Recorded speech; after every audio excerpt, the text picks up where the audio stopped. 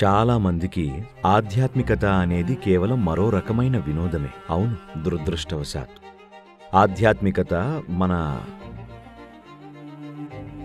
మన ప్రస్తుత పార్శ్వాలను దాటడానికి,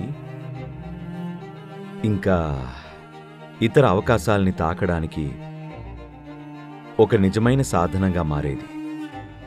అజ్ఞానం వల్ల కలిగే నొప్పి మిమ్మల్ని లోపల్నుంచి చీల్చేస్తున్నప్పుడే, మీ అజ్ఞానంతో మీరు సౌకర్యంగా ఉంటే అప్పుడు మీరు ఎప్పటికీ నిజంగా అన్వేషించరు.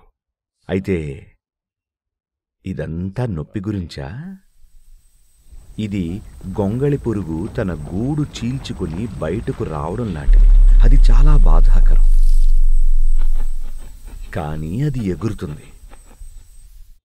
ఆ నొప్పి పడదగ్గదే, పరిమితులను అధిగమించే నొప్పి. మీరు ఓదార్పు కోసం చూస్తుంటే, సుఖం కోసం చూస్తుంటే, మీకు కావాల్సింది ఓ నమ్మకం. కాని జీవిత పరిష్కారం కోసం చూస్తుంటే అప్పుడు మీకో సరైన ఆధ్యాత్మిక ప్రక్రియ అవసరం.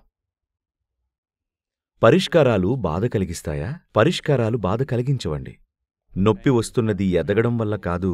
నొప్పికి కారణం ఒకదానికి అంటిపెట్టుకుని ఉంటూనే మరోలా ఉండాలని ప్రయత్నించడం. అది బాధిస్తుంది.